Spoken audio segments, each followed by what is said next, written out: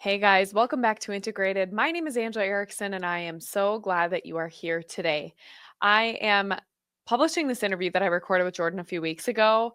Some stuff came up. This is kind of this, it has been the story of my life, but that will be changing. So before I explain to you what Jordan and I talk about, I wanted to let you know that things with the podcast are likely going to be changing. I'm not going to fully announce what is in the works right now, but just be prepared. Things are going to be very different. With the podcast, there's some changes coming up here just in my life. I'm afraid to say too much yet, but it's a really exciting um, opportunity that we have moving forward. So I'm really excited to share that with you. But in the meantime, please keep me in your prayers. I'm always praying for discernment, my husband and I, as anything crops up that obviously that may change things in our family. So please keep us in your prayers. This could be, it's just going to be a really big change if we move forward here. So anyway, all of that being said, with that kind of semi-exciting announcement, let's dive into what this interview with Jordan is really about. This interview with Jordan, I reached out to him because he wrote a really awesome article about this interplay between our mental emotional health and the spiritual life. And essentially the body keeps the score. I've talked about it on this podcast before, but it's not just that the body keeps the score in terms of like how our bodies handle trauma and what we experience, the psychosomatic thing that we have going on, but also there's a spiritual reality as well, of course, because we're incarnational beings. And so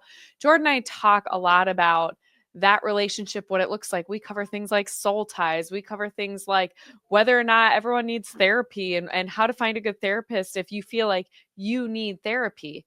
It's just there are lots of questions I think that don't often get talked about in an appropriate, nuanced, and true manner. I don't want to dismiss anyone who feels like maybe they need help and they're afraid to get it because you're just supposed to pray the depression away, for example, or that kind of a thing. So we really wanted to address that in this interview, and I think that we covered it all, or at least a lot of it. If you don't feel that way, or if you think, oh man, there's something I wish you guys would have talked about, let me know. Leave a comment. I'd love to hear what your thoughts are on this interview. This is one of my favorite interviews. I feel like I say that a lot, but that's just because this just keeps getting better and better. So anyway, I really think you guys are going to love it. I hope you do. If you're not already subscribed, please subscribe to my channel. Click that like button if you want to. And please feel free to leave a review. I would love that. I love reading your reviews. And anyway, so thank you so much. Keep me in your prayers. I'm praying for you, and God bless you.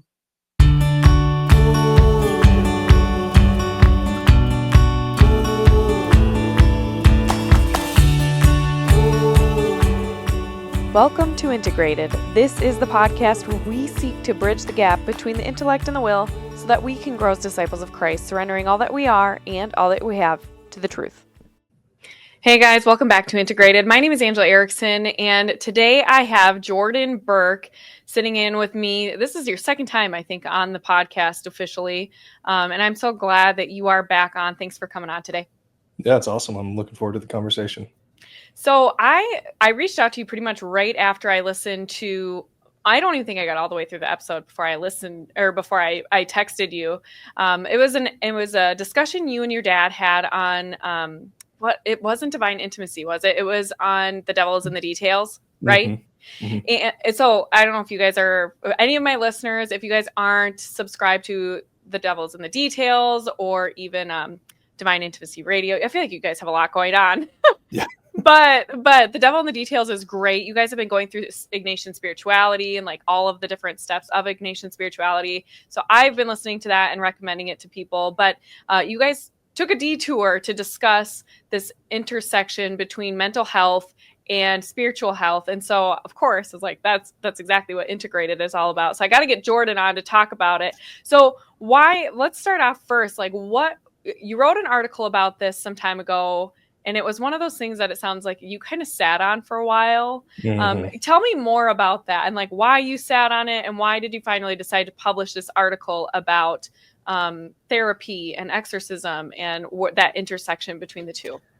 Yeah. So Father Carlos Martin's team reached out to me. Gosh, I don't know how long ago it was. And, typical, you've had this happen. Hey, we got a book coming out. Would you like an advance copy? Help us promote it. I was like, yeah, of course. Love the show. Love what you guys are doing. Please send me the book. I'll promote it. And so I was reading through it, and I don't like promoting things that I haven't like thoroughly Yeah, digested, and obviously Father Martin's is great, but I don't want to just sell something, it's like, this is what stood out to me about this thing. totally.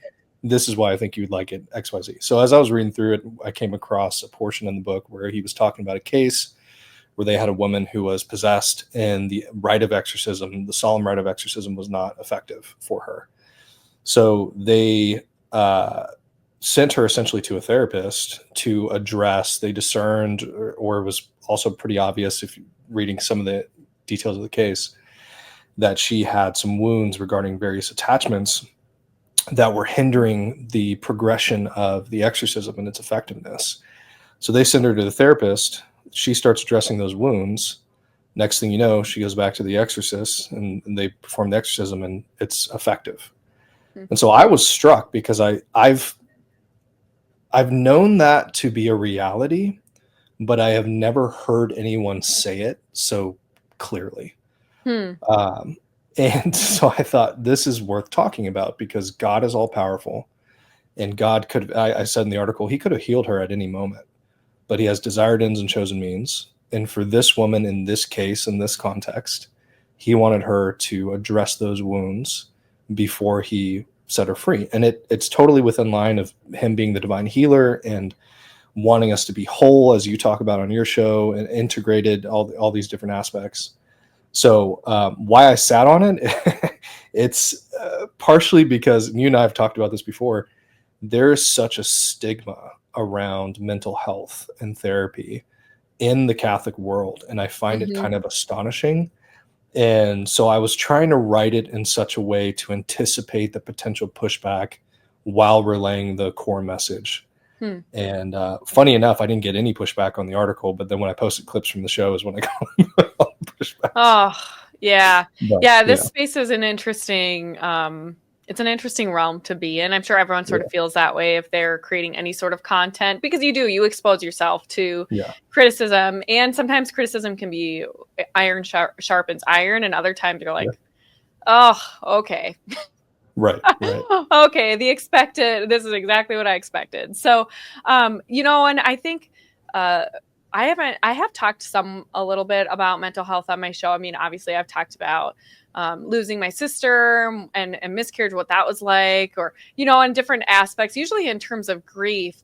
But I find it interesting that you described that she had certain attachments that needed to be addressed, because Mhm. there are a lot of there are just so many different things that could be an attachment that is preventing somebody from getting and receiving the healing that God is wanting them to receive. And so, like, from your perspective, especially someone who has worked so long talking about spiritual warfare and the influence of the demonic, not in the sense that like the devil's around every single corner, but Mhm. just having a proper awareness of that, the reality that we are spiritual beings, and so are the angels and the fallen angels. Like, we just live in this um, environment where it's not merely material. And so, like, what types of attachments do you think that people are overlooking that are keeping them attached also to the demonic, where the demonic has kind of a foothold that might be preventing them from getting healing? That's a phenomenal question. So, the easy answer is anything. Anything can become an attachment, which people need to recognize that quite literally anything can be an attachment. I believe it was St. John of the Cross has some beautiful quote. I have it somewhere on my board behind me over here, but whether it be a chain or a thread, I think is what he said, the imagery he used. The Mm. thread is what keeps the bird from flying, right? It's going to keep it chained, and that thread can keep us from ultimate union with God. So Doctor of the Church talking about it, right? And then you look at like the dark night of the senses or the dark night of the soul, purgative, illuminative way, unitive way, purgative, illuminative, and unitive. Sorry. and one of the big things in the dark night of the senses is attachments, right? Mm. Yeah. And whether it be to, you can think of obvious things like what we want other people to think about us, so our pride and ego, And it can even be love of others, love of family. You can have a healthy attachment, of course, and desire to be loved and to love someone. But also, what is our ultimate end goal is to love God. And so there are times, and I struggle with this too. Ironically, I was talking to a coworker about this yesterday, but we were discussing, like, what does it mean to have no attachments on earth? And if you have a spouse, what does that look like? Yeah. You're not shunning them or anything, but it's kind of like, I think anyway, it's, well, if God called me today, I would be happy. You know what I mean? Like, Mhm. I would be sorrowful for my daughter and for my loved ones, but ultimately it's like, no, that's where I'm meant to be, and that's where I'm meant to go, and hopefully I can get there. Probably not the greatest and most theological answer out there, but the ultimate understanding that people need is that it can be anything at all. Mhm. And that can be tough sometimes, especially if we're not accustomed to, self-reflection and having a self-awareness and spending time in silence.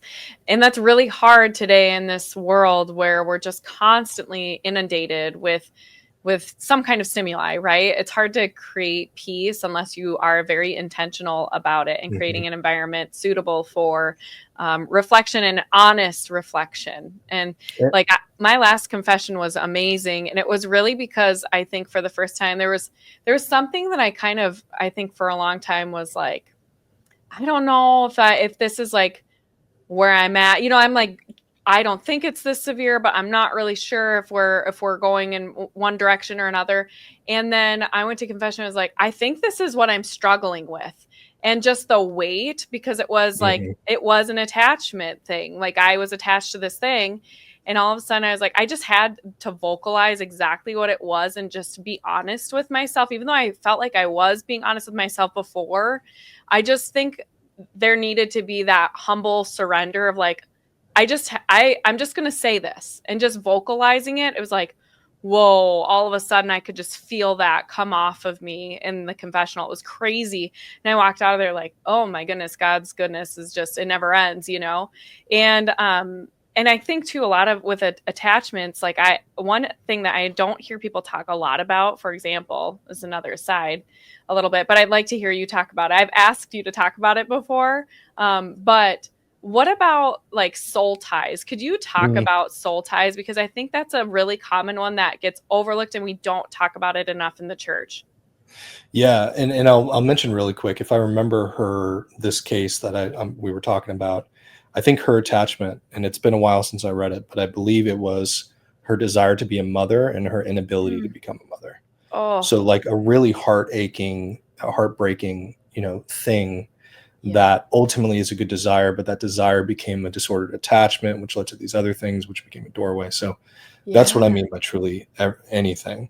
Right. Soul ties is fascinating because depending on who you talk to or who talks about it, there is some people think it's like this woo woo thing, but it's scriptural. And I wish I could remember the scripture off the top of my head. But there's at least two verses that bring up this idea of soul ties. And essentially, at its core, what it looks like is, if you have had some sort of relationship with somebody, the easiest one to approach is if you've had a sexual relationship with somebody, that creates a soul tie. You've given something to this person, they've given something to you. Mm-hmm. And that, in which is supposed to be reserved for marriage, to become one flesh, Right. when it's not in that context, it can become disordered. It can also come disordered when the two people who maybe they are married are disordered, right? And maybe they've split, there's still soul ties that have to be addressed. But then the one that a lot of people don't talk about either is if you have had some sort of abusive relationship with somebody, that can Mm-hmm. also create a soul tie. The theology behind it, I'm a little bit out of date on the exact nature of what it is, but it's, if I recall correctly, it's something along the lines of just this intense emotion. And again, it's even a giving of oneself, whether it's thoughts, ruminating on, oh, they said this to me, I should say this back, or how do I protect myself, those sorts of things. It's not to say that if somebody you barely have contact, like you're walking down the street and some dude starts screaming and cussing at you, that's not how it happens. Right. There's a relationship in there at some point, in some way, shape, or form. But it's I wish more people talked about it. Women of Grace has a really good article on it. I need to go read it and refresh, but yeah, I would venture to say that the consensus of exorcists is that it's legit. And when it comes Hmm. to those sorts of things, I'm going to go with a consensus of exorcists. So, Yep. Yeah, for sure. Yep. I think that's one thing I've always been fascinated by because somebody when I worked at the pregnancy, I ran a pregnancy center for 2 years. And in that time, I had a woman who came to start volunteering and she kind of was this like somewhat fallen away Catholic, but I think she was kind of coming back to the church. I don't know. She was just in like an unusual place in her life, I think. mhm, But was very pro life and really wonderful person. And she had brought up this issue of soul ties, and I was like, I have never heard of this before. And then I was like, whoa, this is a whole nother thing because it's just one of those types of attachments that I think people could overlook as like I don't know. I feel like it's something that people could also mistake for merely being mental health, mm, like a merely mental health issue. There's so many things where it's hard to discern between like, is this merely mental health? Is this spiritual? And more often than not, it's kind of a mixture of the two. And so right. going back to like the discussion that you had about this woman, the exorcism, that kind of a thing.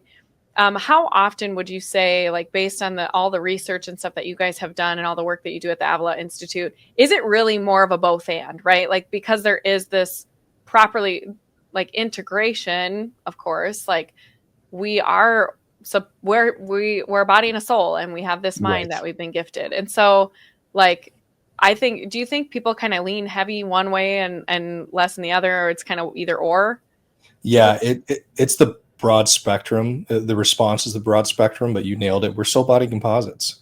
Grace builds on nature, right? Those things cannot be separated. And so I would say that the majority of the issues are both and. thing? Hmm. Now, like I said, when talking about that case, it doesn't mean that everyone's course is the same as hers, Right. right? It doesn't mean that everyone needs therapy. Now, it is something that I recommend to people often if they can find a good Orthodox Catholic therapist, Yeah. because it doesn't hurt if you can find a good person. You may go and you may say, all right, well, at least I tried it. You know what I mean? And in that's a virtuous act. You're trying to seek healing by the means that are presented to you, and that's good. But it doesn't necessarily mean that everyone needs to go that route. But to answer your question, I think it's both and. I mean, listen, no one goes to an exorcist if they've determined that there's some legitimate diabolical issue going on. No one Mm. goes to an exorcist without first seeing a psychologist. Yeah. That's how the church has it set up. They have to go through this process to determine that, okay, this is not something that can be explained by purely mental health. There's something else going on here that we can't quite figure out, at least in terms of the science that we know according to the church and psychology. Mhm. And therefore, now we have to address it spiritually. Right. And it's not saying that there's only a demonic element. It's like it's not purely mental health. So you're saying Right. essentially like more often than not, it's like there's this going on, but there's also this other phenomenon happening that can't be explained. And so Right. so that's I think important for people to understand, because I think a lot of the time people, especially people who are not Catholic or maybe don't know much about exorcism, they think like, oh, you just basically go to a priest and they start doing exorcisms, and like they don't rule out all this other stuff, and it's like this very occult kind of thing, like it Right. feels to me like people, like whenever I have done a show on the occult or exorcisms or anything like that, those are my most watched episodes, except for one episode that I did about Mormonism, which is super random. That's like my number one episode, and I think I like upset a lot of Mormons or something. I don't know.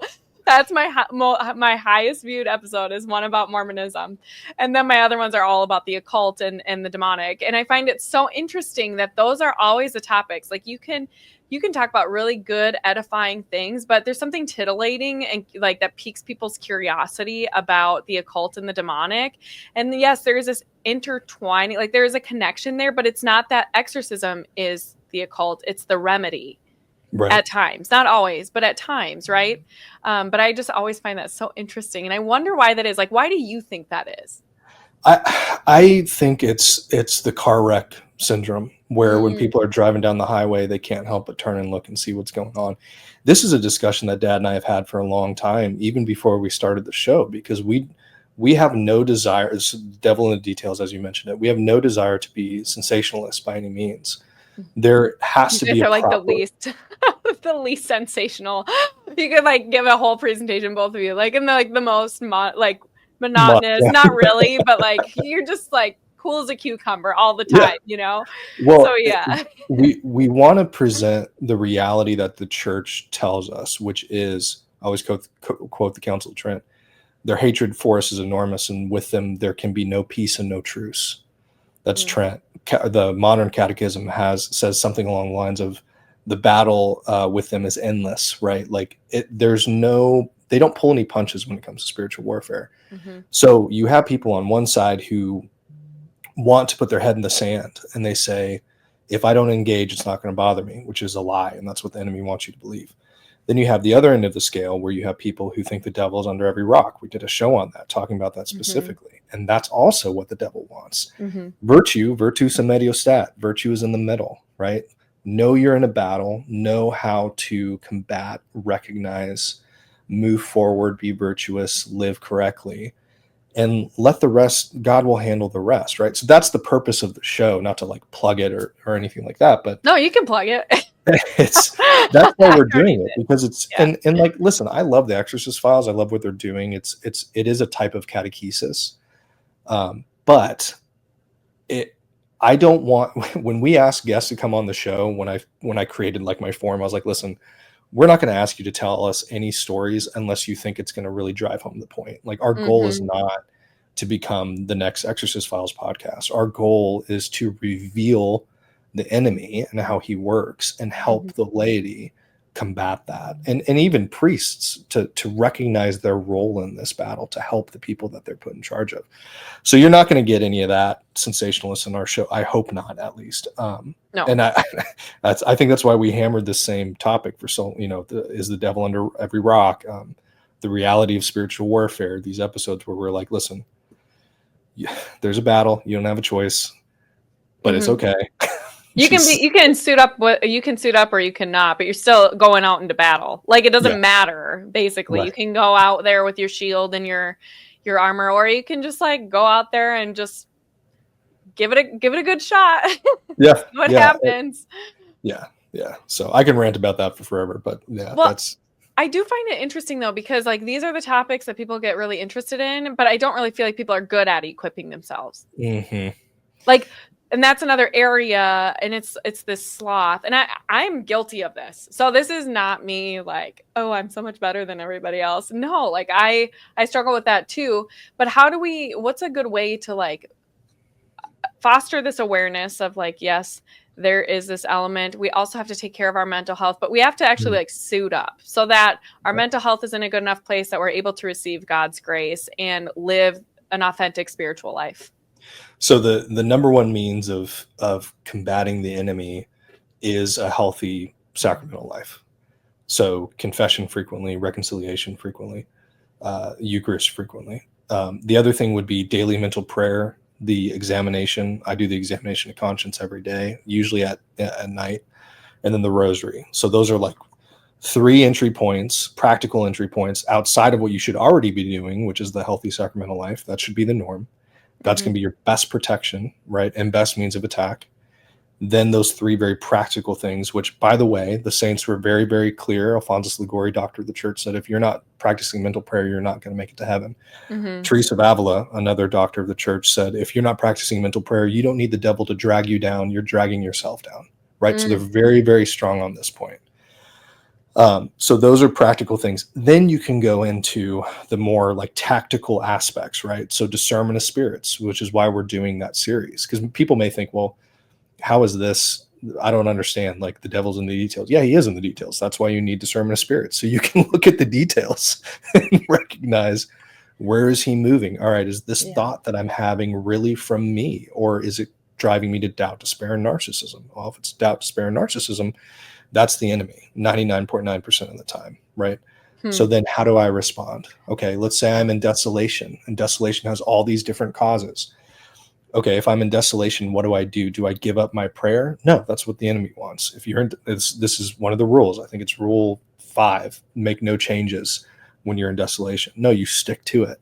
And then 6 is you fight back. So if you said, hey, I'm going to start doing 15 minutes of mental prayer every day, the desolation hits you because the enemy doesn't want you progressing. And he knows that if you start engaging in mental prayer, you're going to take a bunch of people to heaven. That's another Teresa of Avila quote, I'm pretty sure.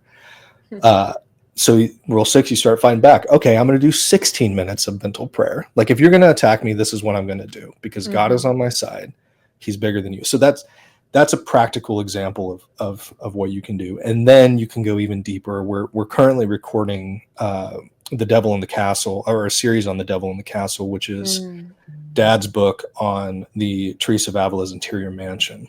And I bring that up to let people know, because this is like the main question. Well, if I engage, am I going to be attacked? It's like, dude, you're already under attack. Like, it's also true that the more that you pursue God, the more the enemy is going to come after you.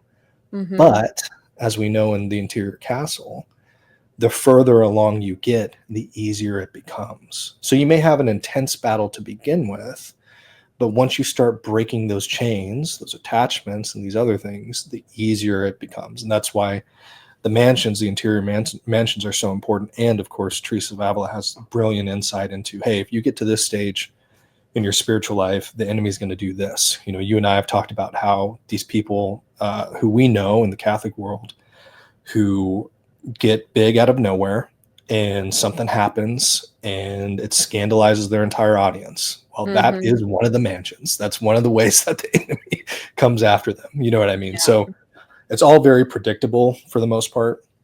But the prescription is the same. If you're living a healthy sacramental life, if you're practicing daily mental prayer, examine the rosary, these things, then you're going to be fine. It might be uncomfortable, but it's no different than going to the gym when you haven't gone in months, you know? Let's talk about like mental health and how that impacts the spiritual life, because I know you suffer a lot of desolation. That's something you're pretty open about on The Devil's in the Details, and you and I have talked a lot about it. So what is it like, the desolation and kind of more of that doubt, despair, kind of corresponds very deeply with like our mental health. So how do you address that? Because especially for anyone who's listening is maybe more melancholic or phlegmatic, who kind of leans in that direction, what are some things that you would say to encourage them and help them practically with improving their mental health so that they do stay on course? Yeah, so it's a great question. I have been in the desert, I've said this publicly, in terms of prayer and consolation for years. That's not to say that God has not given me glimpses, like pulled away the clouds and given me something beautiful. He does definitely do that. But my norm is the desert. My norm is maybe not necessarily desolation, but it is very frequent. And again, desolation is just a feeling of being down, feeling as if not necessarily God abandoned you, but he's hard to find in the moment. You don't have those feelings, right, of him being close. And the way that I handle it is I just am persistent, you know, because I know that my feeling. So let me say this. God gave you feelings for a reason, right? You would not have them if he did not have some sort of plan for them, right? So, but they cannot lead you. So the example I give all the time is that feelings are like warning indicators on the dashboard of your car.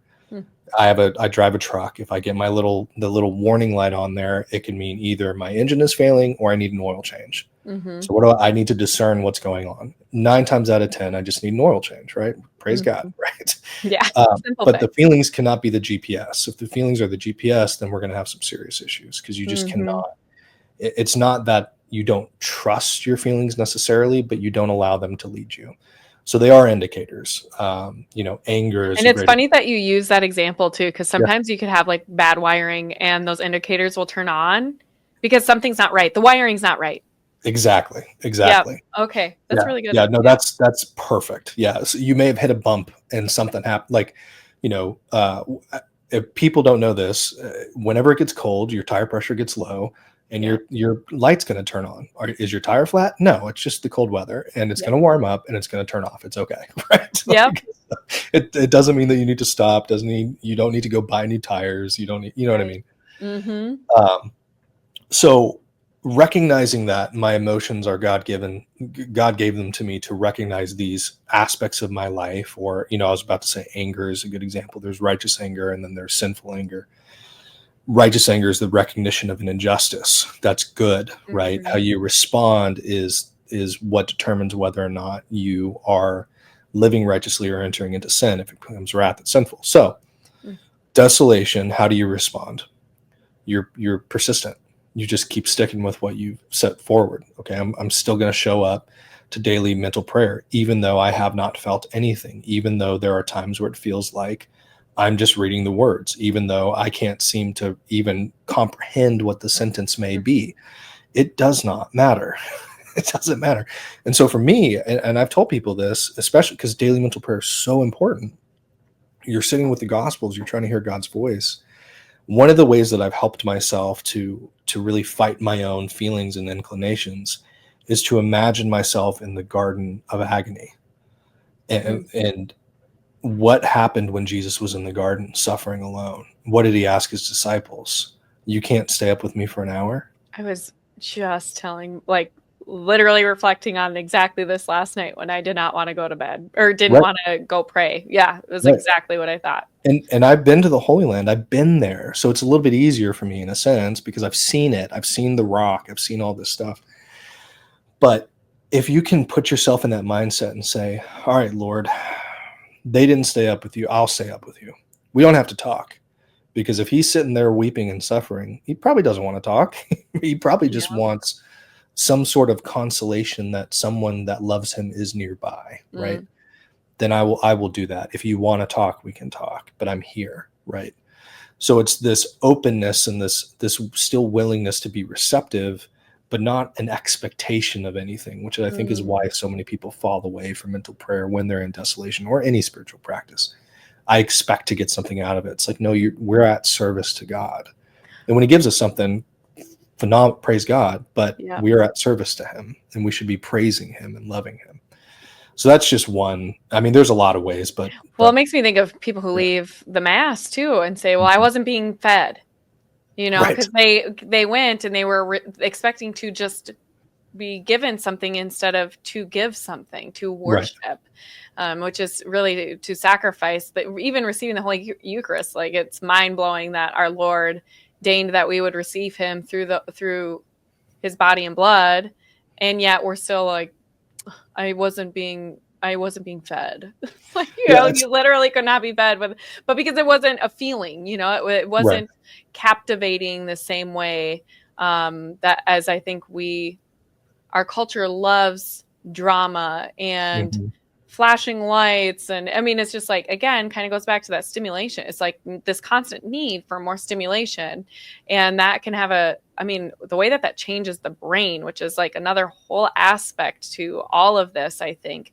The way that I've been reflecting a lot about this, I come back to this a lot. And I think you and I have probably talked about it in the past, but the way that the enemy can work by helping us wire our brains a certain way based on the stories that we tell ourselves and like Mhm. how we talk and frame our environment.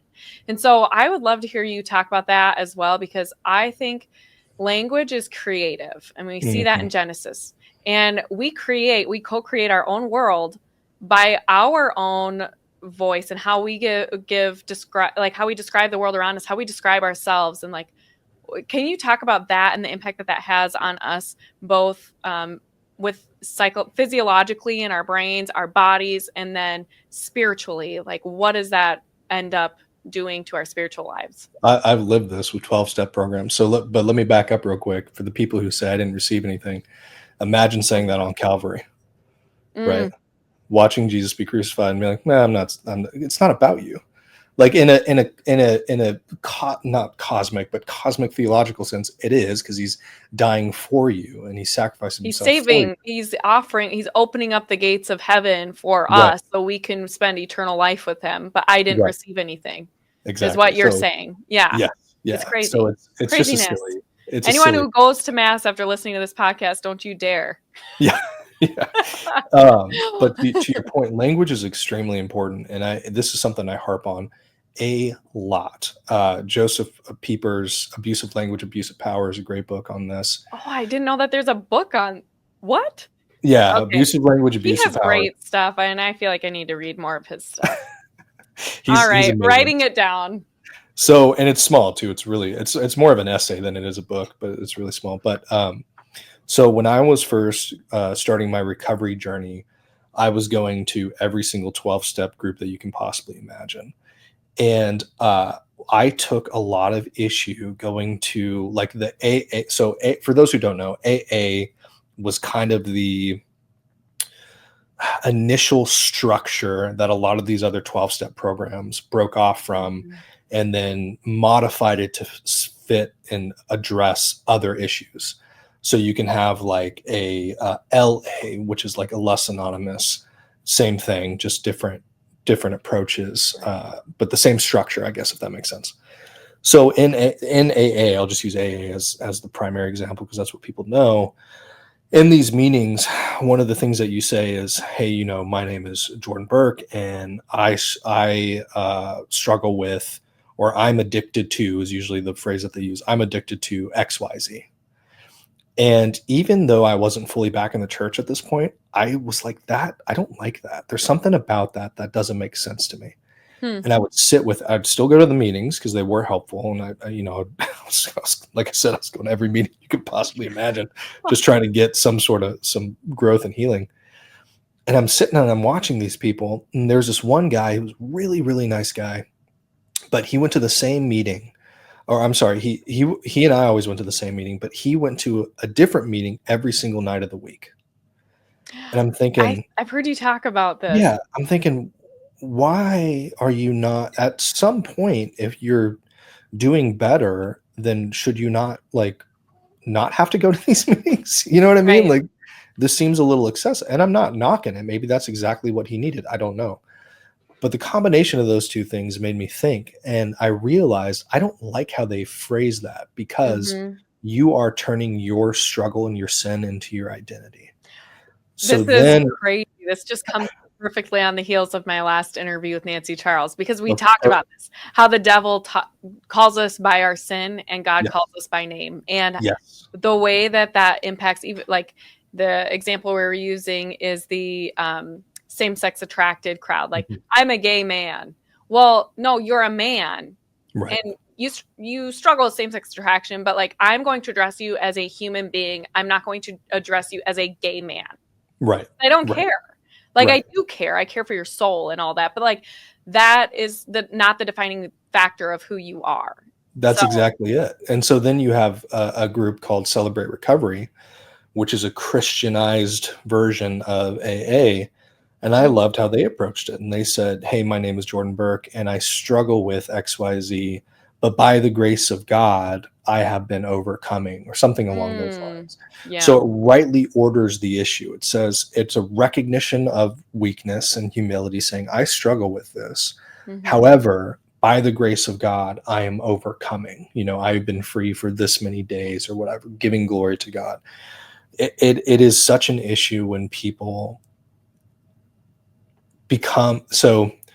There's 5 common demonic doorways essentially where the enemy can really get into your life. Sin is the most common one. That's the easiest one. The one that blows people's minds is wounds. So Father McManus gave this talk in one of our summits forever ago. He kind of outlined these doorways, and this doorway for the wounds was I equal my wound, Yes. Yes. right? And there's the Hell, language. And then yeah, we're limiting ourselves too because we begin yes, to identify. So we describe ourselves that way. If we are describing ourselves that way, then we're telling ourselves and signaling to our brain like this is what I am. yeah, This is it. yeah. And the Yeah. devil's called the accuser. And so what are we Yes. doing when we say these things? We're We're accusing doing the work of ourselves. the devil. Right. And again, like, Yeah. listen, guys, there is a balance. Again, virtus and medio stat. There is a humility where we can say that I am a sinner. Because I'm sure there's someone out there listening right now who's saying, well, Catholics, we're really big on calling ourselves sinners. Yeah, but in a rightly ordered humility. Right. right? Versus what you described. I am a gay man, or I am a gay woman, or I am XYZ, like you name it, fill in the blank. It Mhm. even goes so far as, and I think I talked about this on one of our episodes, when people say things like, I'm not a morning person. Yes, you guys did talk about that. Yep. Right. Okay. So that's another little Mhm. tricky one, because these things are so mundane, seem so mundane. But what are we doing? We're Mhm. training our brains and thus our bodies to respond in a certain way. Yep. If I say over and over again, I'm not a morning person, what's going to happen? Well, when that alarm clock goes off, everything in us is going to be like, well, you're not a morning. Why are you going to get up? Right. And Right. so that struggle becomes that much harder. Mhm. it There are studies after study after study on the importance of recognizing the reality of who we are, and particularly the use of language. Because if we start using it wrong in those ways, we're really just kind of hindering ourselves and making our journey significantly harder than it needs to be. That is a type of attachment too. Like this all corresponds, because you become attached to this reality that you have created. You become attached to this language, and those neurons in your brain are firing faster the more often you tell yourself something. Like, I look back at times. There was a period of my life, it was somewhat recently, I mean, within the last few years, where I started to really pay attention to the patterns of how I talk to myself internally, and realizing that, like, I talked to myself in a way that I would never talk to anybody else Hmm. ever. Hmm. And that was having a serious impact on my mental health, because I was believing these lies about the type of person. I mean, yeah, like, I have deficits. I think we all do. But that was becoming, that pattern of behavior was really self-limiting, because I was basically saying, like, this is who I am, and it's never going to change. Like, Hmm. I'm never going to be better. I don't have this capacity to be better. And so even when we're beginning to shift that conversation, I think if a lot of people sat there and thought about anytime they did something dumb, oh, oh, I'm such an idiot. I can't believe that I did that again. You know, Instead of saying, well, that was a mistake, but it doesn't have to say this way. Like, Right. I can do this differently next time. And like, I need to be more self aware, and that's okay. Like, having that grace that I would give somebody else. And I think that even goes with being like somebody who you can't sit there and go, oh, for example, I want to be somebody that exercises, but I don't work out. Okay, Right. I don't work out. And instead of saying, like, lying to yourself and saying, telling people, oh, I work out all the time, which would be a lie, but saying, like, I could work out. Hmm. And like, even just that small shift, it's an honest shift. Like, for me right now, maybe I could work out. I don't know. I gotta see what time I can carve out for that. That's what I'm trying to figure out right now. But like, I say, like, maybe I could work out. And so now it's a possibility. Like, it's not, I'm not self-limiting that way and saying, like, I don't work out. Right. Period. Right. And there's a section, I wish I could find it fast, but Father Ripper's book Dominion is like that thick, so there's no way I could find it quickly. But he even writes about how that's one of the ways, and again, Satan's the accuser. That's what demons do. They Mm-hmm. tell you, you are terrible, you are stupid, you are this, you are that. Yes. And so I remember being really struck when I read that, because I recognized, oh man, all this negative self talk, granted, a majority of it comes from us, but the enemy loves that, and he's going Mm-hmm. to foster that as much as he Yes, can. he's So, gonna nurture that in us. yep, the more that you say it, the more the enemy's going to hop on it, and the more it's going to Yeah. feel like a reality. Oh yeah. Yep. And that becomes your worldview, and that changes how Yes. you interact with people. Like, even times in my life where I felt immense shame about, like, things that I have done, or even on the flip side, like, things that have lies that have been told to us by other people that we begin to Yes. believe. So maybe Yeah. talk about that, because that kind of goes back to that trauma bonding, the soul ties that you were talking about with people who have been abusive. It's not just physically and sexually abusive, but like, mental abuse, that kind of stuff, Hmm. that those create ties with people as well. And also often that shapes how we view ourselves when we suffer and endure that kind of abuse. It's like, how does that change what we believe about ourselves, and then our capacity to receive grace when God is offering that to us? It's monumental. I mean, I come from an abuse background. As a child, I was abused, not by my dad, of course, but, otherwise this would be a very Dan, strange relationship. yes, Um, would.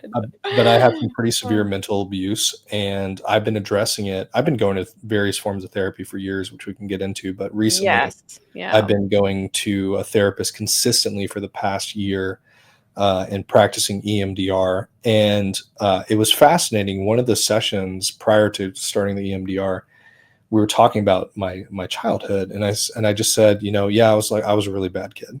Mm, And my therapist stopped me and she goes, I want to push back a little bit. Were you a bad kid? Do you believe that you were a bad kid? And I was like, well, yeah, I did all this terrible stuff as a kid. And she goes, okay, that may be true, and we would never, push that aside. We would never excuse that. mhm. But were you just doing the best you could in the situation that you were in? Didn't have a mom taking care of me. Well, I was basically raising myself and my autistic younger brother. Hardly had food on the table. Running around getting into trouble. It's like, well, yeah, of course I got into these situations because I didn't have the parental guidance that I needed to become the child that I was supposed to be, or was given the love, or these things. Right. And man, the shift in my mindset, just her saying that, Mhm. the shift in my mindset was, whoa, you're right. No, yeah, I did bad things. We're not excusing that. However, that does not make me a bad person. And quite frankly, Exactly. I mean, what is reconciliation? Mhm. It's that. It's saying, hey, I messed up. I messed up. I'm trying to be better. But Mhm. you don't the priest doesn't, write on a sticky note and slap it on your forehead and this is your sin, this is who you become. It's like, no, you are forgiven. Go and be free. Mm. So that's one example. I had another example in an EMDR with another memory from my childhood, and I had talk about the desert. This was, I think it's when these moments of consolation, they become so much more powerful. Maybe that's why God does it. But had no expectation to meet Our Lady in this memory. So I'm going through this memory and I have all these thoughts in my head like, you are this, you are that, you are, just completely tearing myself to pieces in Mm. this, going back in this memory.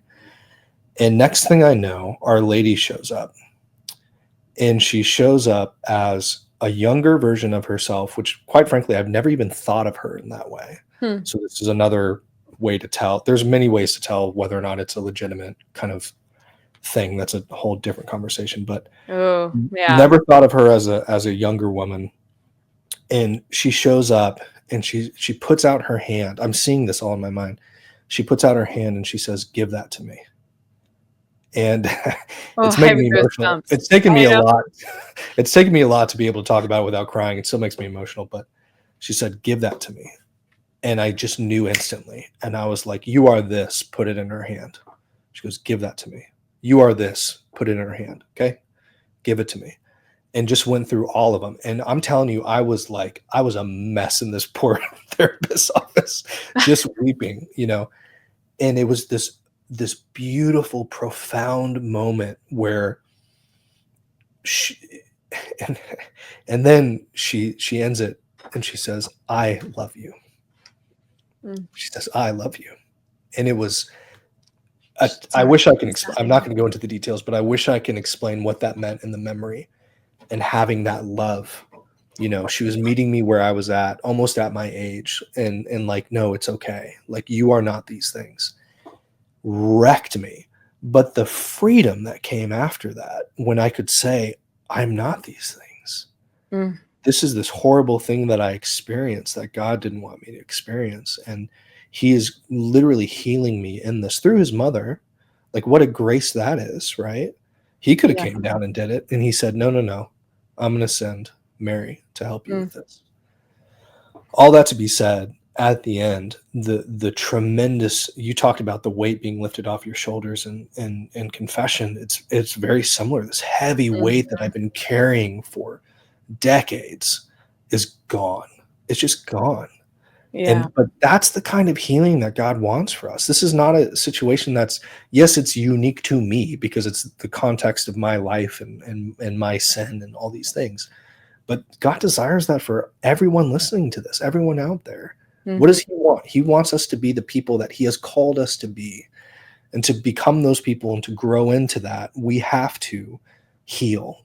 We have to give up these negative, these thoughts that we have about it, these lies that we've held on Mhm. to for so long, whether we tell ourselves it or someone told us it and they shouldn't have.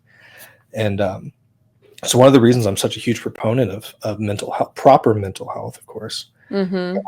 I have horror stories as well. I'm not naive, but when it's right and God can move through it. He can Mm. definitely.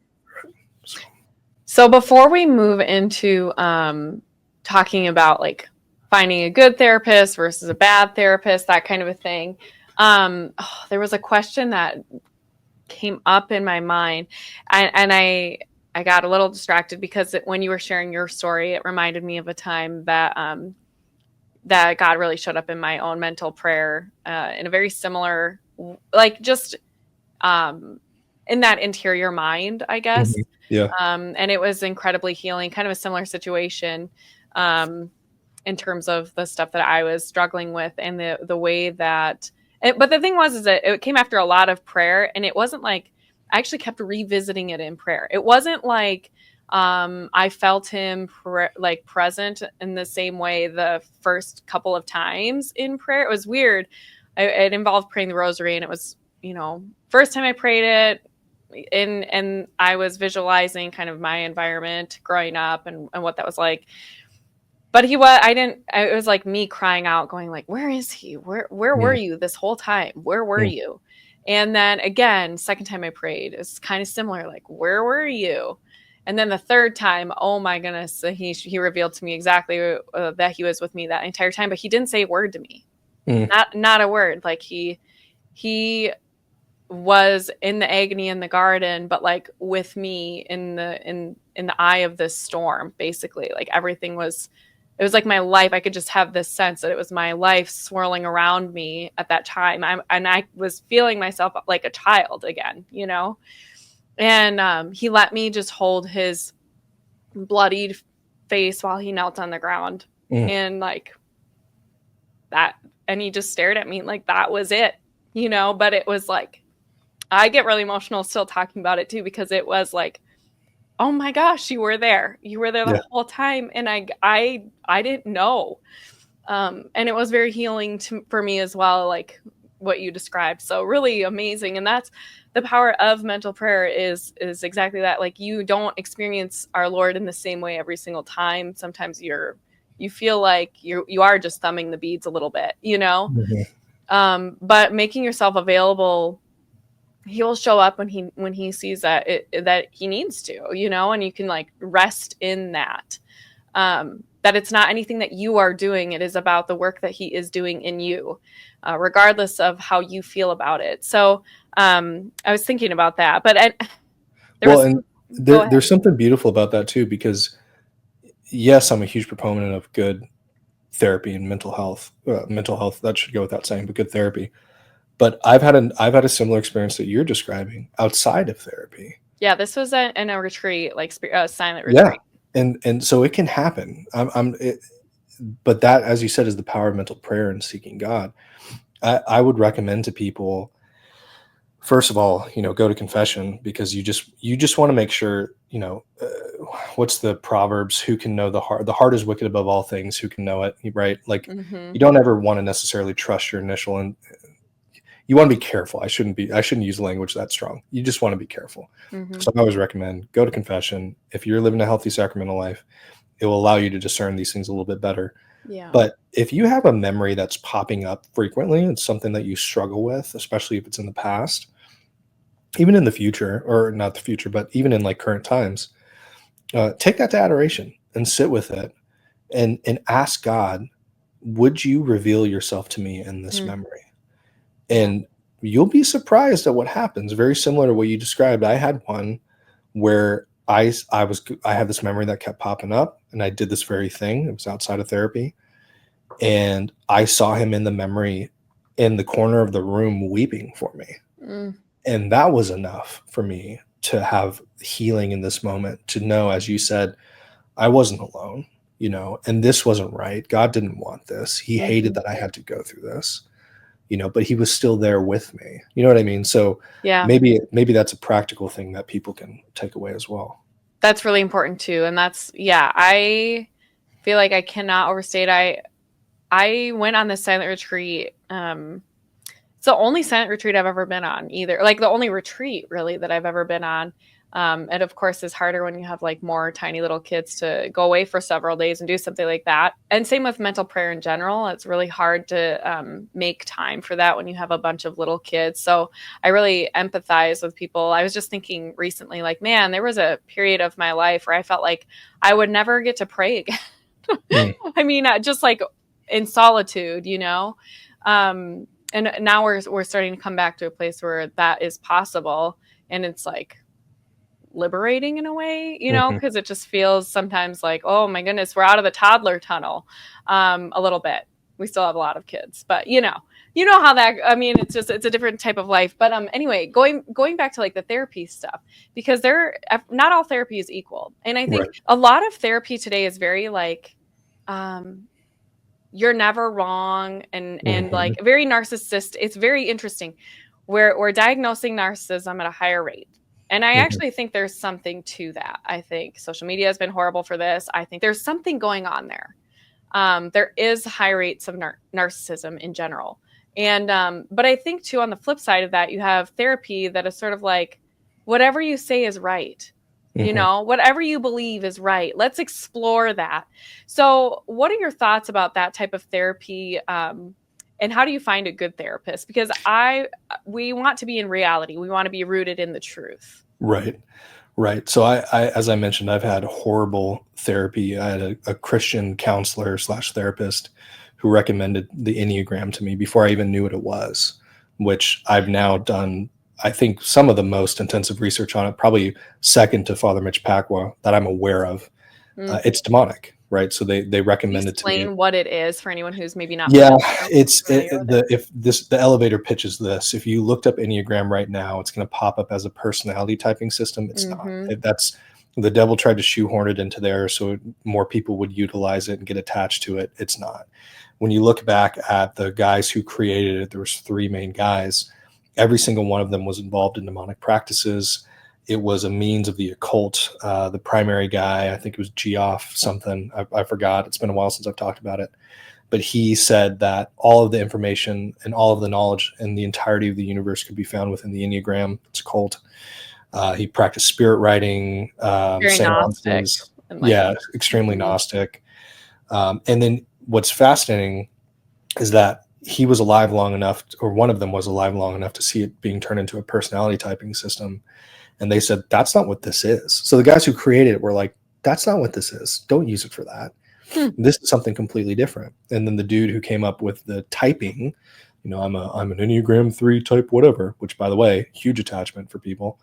Mm. Uh, he admitted on color video that he was practicing spirit writing, which is essentially he's becoming possessed and writing down information. And of course the primary guy was also possessed. I'm guessing he was high on mescaline, I believe, and speaking to an archangel who was telling him about the Enneagram. Interesting. Let's say you don't believe any of that. Fine.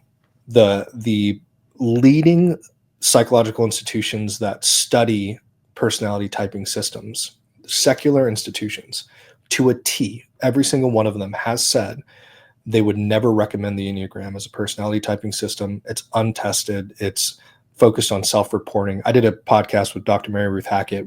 She dives into Mhm. the psychological side. Highly recommend it. But Parenting Smarts, I think, is her podcast. It's nonsense. So, Mm. and I've seen, well, and I'll add this. There was an exorcist, and he said that the Enneagram was one of the rising concerns that he was seeing at the time. This was probably, gosh, in the 60s or 70s, maybe. I don't know. Mhm. My timeline is off, but he said that the problem is it opens people up to what they call perfect possession. So they just are Oh, completely oh my open. goodness. Yeah. Yeah. How, So why is that? If you don't, I mean, did I he elaborate on that? He did, and I don't recall the details. If I was to venture a guess, and hopefully I'm pulling something from the text that I just have shoved in the back of my mind somewhere, but you become so dependent. It's what we're talking about with language. I Mm, am an Enneagram 3 wing 6. You make that your identity. You've given yourself over to this thing that was founded by, with, and for demons, essentially, right? And mhm. you open yourself up completely to that perfect Mm. possession. And it So becomes a part of your identity that way. yeah, Yes. yeah, That's so interesting because I think a lot of people are like that with I'm an INFJ or right. whatever. So like what about other personality typing systems like what I don't even know what that is. What is the Myers-Briggs. Myers-Briggs? Yes. Yeah, What I about I don't recall if that one has a lot of testing behind it. This is where Dr. Mary Ruth Hackett is phenomenal. She okay. mentioned the Big Five as one of the better ones because it has, I believe, 40 years of peer review testing, Mm, and it kind of goes deeper. The best one that people should be using, and it's not even personality, is the temperaments. yeah. You read the temperament God gave you.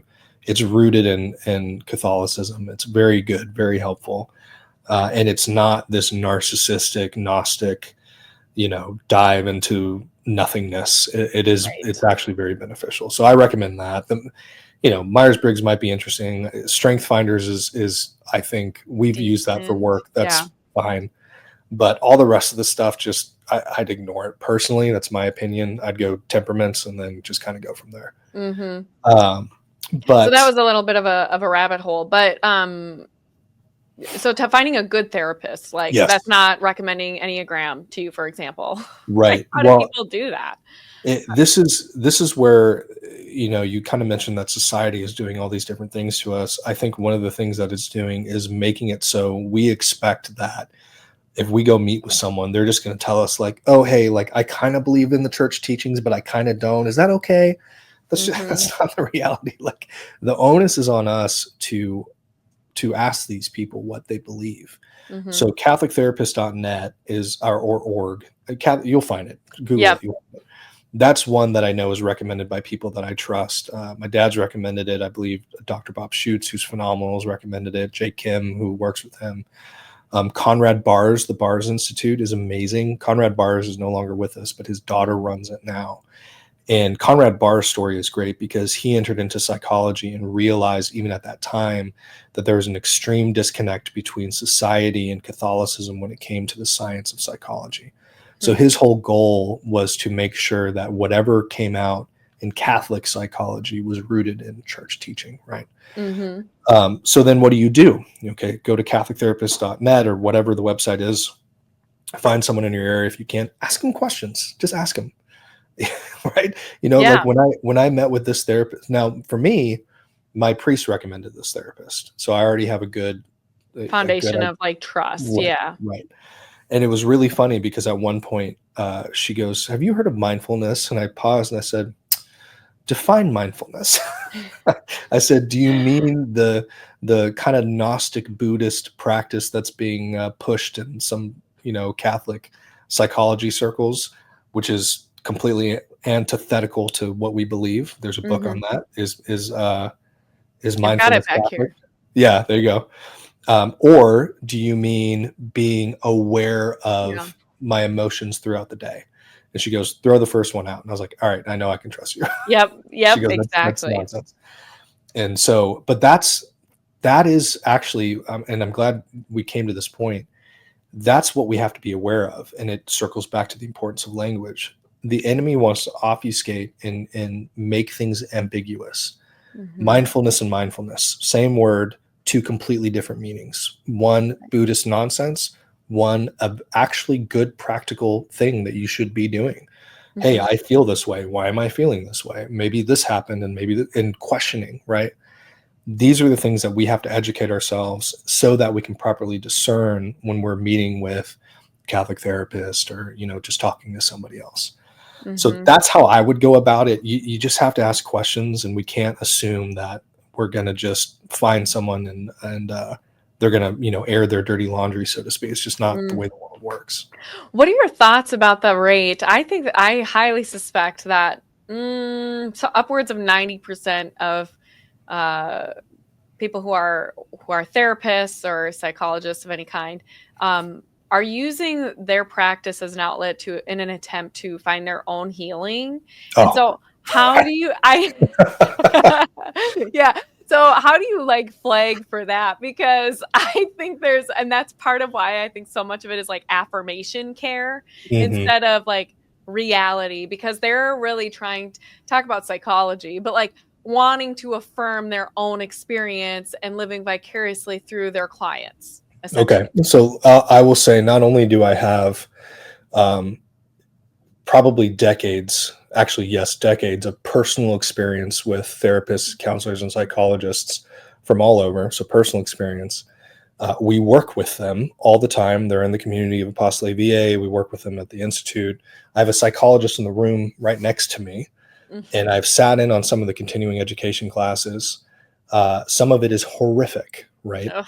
So this psychologist over here is Catholic, extremely faithful, but in a secular world, and that is a major struggle for many of these faithful psychologists and Yeah. therapists. Two very different things, and people conflate those two things, but they are different. Um, and one of the most fascinating things was listening to this psychologist tell me that they've had multiple clients who have come, and to be totally clear, not violating any laws where they shouldn't be violating, but Hmm. noticing a trend to where people who are very hurt and wounded would come to get some sort of advice, and in that process say, well, I'm going to become a psychologist. And it's Yeah. exactly what you're talking about. And by the way, I experienced it when I first started getting healing. This is a trap of the enemy. It's a very common trap of the enemy. When someone is struggling with something and they start to overcome, the enemy will often, if not every time, say, hey, you're good. Now go start teaching others. Why is Hmm. that? Because you're not good. Yep. You may be progressing, you may be healing, but you're not totally You're healed. not there yet. We want to keep you here. And what's going Oh, to that's so happen? interesting. What's going Yeah. to happen? So then you start putting yourself in a role of authority, and you start trying Yeah. to help people. And now that's where that scandal thing comes in, because you're not Yeah. ready. You're not prepared, We right? talk about this a lot with conversion, Yes. and conversion stories, but we don't talk about it enough, I don't think, when it comes to this type of healing stuff. And it's one thing to discuss the progress you're making with a good friend or whatever, but when you do place yourself as a quote unquote expert of some sort, it's very dangerous, and it endangers the souls of the people you're trying to shepherd, even if you have the best of intentions, right? The road to hell is paved with good intentions, and Yep. I think it totally applies.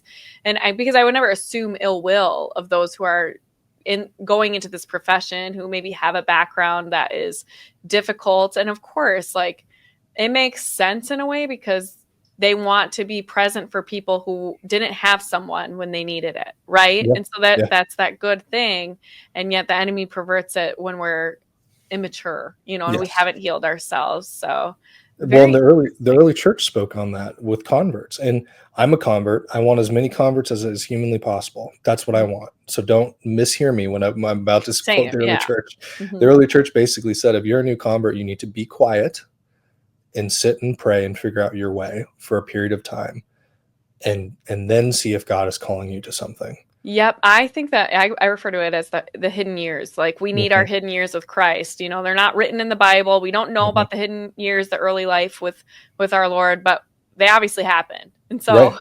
we have to write that story ourselves, Right. Right. essentially. That's And not given to and us. and not to pick on converts at all, but you and I, No. we've had this discussion. It's almost predictable at this point, where we see someone who Mm, has a conversion, and God gives them all sorts of gifts and consolations. It's a beautiful thing. It happened with me. yeah. They get this zeal, which is can be good, but Hmm. then it very quickly becomes disordered. Yes. And what's happening? These people are gaining huge followings, and then the first thing that goes out the window is charity. It's Yes. predictable. You can predict it every time. First thing that goes out the window is charity. Then it just continues to go downhill. Now, Mhm. I pray that someone is in their life who can do what happened with me, which is I had people who saw what I was doing and said, or my desire to like help people and step into that, and they said, "Dude, sit down." Like, I love you, sit down. And I was like, Get out you of know the what, you're right. way. Yeah, Yeah. like I mean, and that's not the you're right. case with everybody, but it's very rare. Like the only person I know of where I can say emphatically, somebody who was thrust into the spotlight somewhat unwittingly was like Nancy Charles. Mm, And I told you, I just interviewed her. This is the second time I've sat down with her, but she's become a friend of mine. And she has a deep seated humility that I don't think I've ever seen in many people. And she'll acknowledge her limitations, and that's how you know, like, and it's sincere. It's not like this fake self-aggrandizing hmm humility. It's like hmm she's like, I actually am not really sure, and I don't want to overspeak, or I don't want Yep. to overstate this thing. And so she's very careful in a way that I think a lot of people are not when they do receive, they have that zeal, and it's not bad, but it has to be fostered properly. And so Tempered. it Yeah. needs roots first, I think. Yeah. Yeah. So was there anything that you'd like to say that maybe we didn't get a chance to touch on before we wrap up here? Yeah, I think so. I mentioned the post that I got a lot of pushback on. I said, Yeah. there are people, this is very common. So there are people who say that you don't need therapy, you just need a spiritual director. And Oh my whoever, goodness. Yes. I can't believe I didn't even ask you about this because you hear that a lot with depression too. And yeah. yeah, well, Hmm. the response is always, well, you just revealed that you don't know jack about spiritual direction or therapy, which Hmm. I've taken the classes. I know what spiritual direction is, right? Um, Yeah. but I would push back and say to the people who, a lot of the comments was, well, I went to a therapist, and most people, and I'm not picking on anyone, most people were misusing the two, conflating therapists and psychologists with meds and all that kind of stuff. Yeah. So that's one thing to get important, but they would say, well, it didn't help me, therefore all therapy is bad. And the reality is, what would you do if someone said, well, I went to one mass and it was irreverent, so I'm never going to a mass again? Right. It's just not Hmm. intellectually honest. So I just want to throw that out there to hopefully kind of get people's gears rolling. And so we Well, bring and for intellectual. those people that have gone to therapy or maybe they have themselves experienced some degree of healing, um, I would hate to tell somebody who's really suffering, like, you're just not praying enough. Right. It's like when Oh, people are grieving and people are like, well, you're just not trusting God enough. It's right. like, yeah, I'm suffering. I'm in pain. Like I'm in, That's a form of abuse. it is. It's Yeah. horrible. I mean, and I've talked about this too on the show. Like, abuse is not. It gets thrown around a lot, and it has a precise meaning. It means to misuse something, and so Yes. we can't. It is spiritual abuse to tell people like you're not doing enough. Like you just don't trust God enough, and it's deeper than that. Again, because we are mind, body, soul composites. Like God created us incarnationally, and so there's nothing wrong with addressing these things in a multifaceted way. You actually should because you're designed for that. You're made for that. The body keeps the score. And maybe this is the final thing I'll Yes. say. Yeah. I live a very healthy sacramental life. As I said, decades of experience in therapy. All by all accounts, all the boxes are checked. I'm not perfect. That's not what I'm saying. But to those people who would say, well, you just need to pray. Okay, well, I suffered with anxiety for a long time. I'm checking all the boxes. It didn't go away until I started EMDR. Mm, That's may not be the road for everyone. Again, I'm not saying that everyone needs to go down the path that I right. am going down. However, there's an objective reality to that. Yep. I can't explain it. You know what I mean? Like I know Oh, what yeah. happened, but I couldn't pray it away. Right. Right? Oh my So goodness. Yeah. Especially then you suffer scruples. And yeah, I've been there. I've also been there. I suffered anxiety almost my entire life, and I didn't realize it until I was about 30. yeah, When I started reflecting, when I started having like panic attacks, like full blown panic attacks, and I started reflecting on, well, what is anxiety, and like googling, I'm doing the Google thing, and all of a sudden I'm like, oh my goodness, this part, describing, an overwhelming sense that like bad things are going to happen in an impending doom kind of thing, and I was like, oh, that was like my entire childhood, and actually it was regarded somewhat of a spiritual gift. I was told like, wow, I can't believe you knew something bad was going to happen, and it did. Like, how did you know that? That must be a spiritual gift.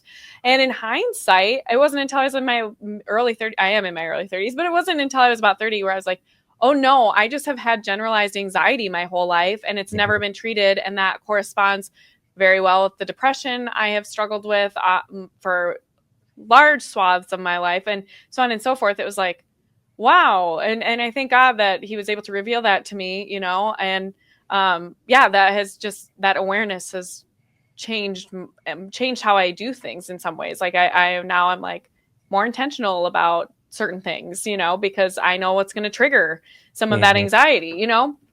Well, and God have mercy on those who say, tell people who legitimately need therapy, you don't need therapy, because they're going to have to answer for that. And if something happens to that person, I mean, that's just the reality. They're going to have to answer. That's a phrase we should just, there are certain phrases we have to be very careful to say. And that's one of them that we need to be very careful with. Do you think, okay, my last question. Do you think we're sending too many people to therapy though?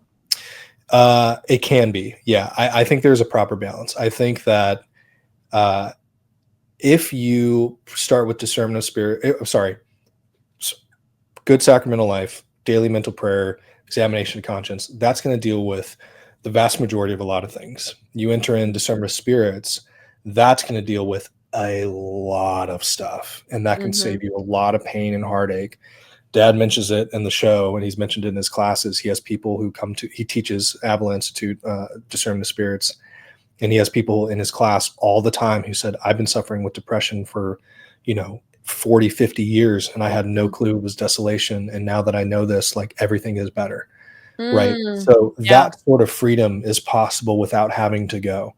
This, you, you have to discern, and you have to really, like, if you've done all these steps and you're still struggling with things like me with anxiety, and I've already done all these, Yeah. then it's like, yeah, okay, we need to dive a little bit deeper. Let's go into this, right?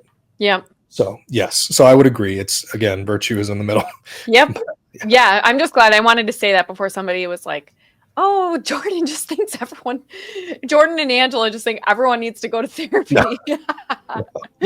no, no, no. Oh, awesome. Well, thanks so much for coming on. Yeah, This of is a course. great conversation. And I hope that it's helpful for anybody who's maybe wondered about these things and maybe wasn't sure what the exact connection was. I'm just, my goal with today was really to just hopefully draw that all out and remind people that um, the mental health component and the spiritual component are so strongly intertwined. And so get out there and pray, do what you need to Mhm. do.